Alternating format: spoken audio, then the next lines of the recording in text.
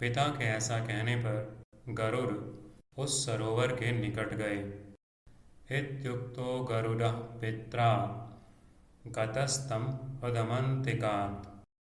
उन्होंने देखा सरोवर का जल अत्यंत निर्मल है और नाना प्रकार के पक्षी इसमें सब ओर चहा रहे हैं। तदनंतर भयंकर वेगशाली अंतरिक्षगामी गरुड़ ने पिता के वचन का स्मरण करके एक पंजे से हाथी को और दूसरे से कछुए को पकड़ लिया। फिर वे पक्षीराज आकाश में ऊंचे उड़ गए। अपश्यन् निर्मल जलम नाना पक्षी समाकुलम सतत स्मृत्वा पितुर्वाक्यम भीम वेगोन्तरिक्षगः। नखेन गजमेकेन कूर्ममेकेन चाक्षिपत् समुत्पपात चाकाशम तत उच्चैर्विहंगमः। उड़कर वे फिर अलंब तीर्थ में जा पहुँचे। वहाँ मेरुगिरी पर बहुत से दिव्य वृक्ष अपनी सुवर्णमयी शाखा प्रशाखाओं के साथ लहलहा रहे थे। जब गरुड़ उनके समीप गए तब उनके पंखों की वायु से आहत होकर वे सभी दिव्य वृक्ष इस भय से कंपित हो उठे कि कहीं ये हमें तोड़ न डालें। गरुड़ रुचि के अनुसार फल देने वाले उन कल्प वृक्षों को कांपते देख अनुपम रूप रंग तथा अंगों वाले दूसरे दूसरे महावृक्षों की ओर चल दिए। उनकी शाखाएं वैदूर्य मणि की थीं और वे सुवर्ण तथा रजतमय फलों से सुशोभित हो रहे थे।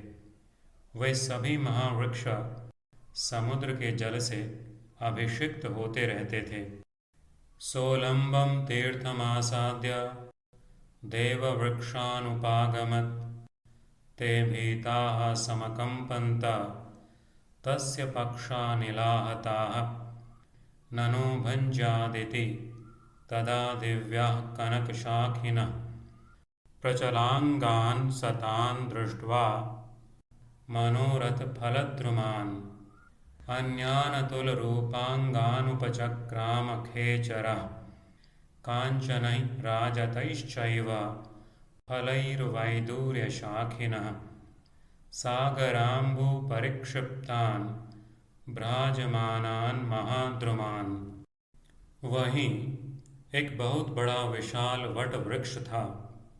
उसने मन के समान तीव्र वेग से आते हुए पक्षीराज गरुड़ से कहा, तमुवाच खगश्रेष्ठं तत्रोहिणपादपः अतिप्रवृद्धः सुमहानापतन्तं मनोजवम्।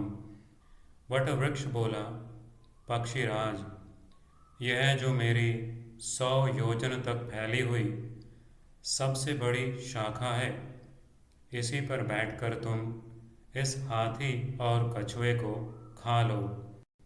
रोहिण उवाच यैषा मम महाशाखा शतयोजनमायता एतमास्थाय शाखां त्वं खादेमौ गजकच्छपौ।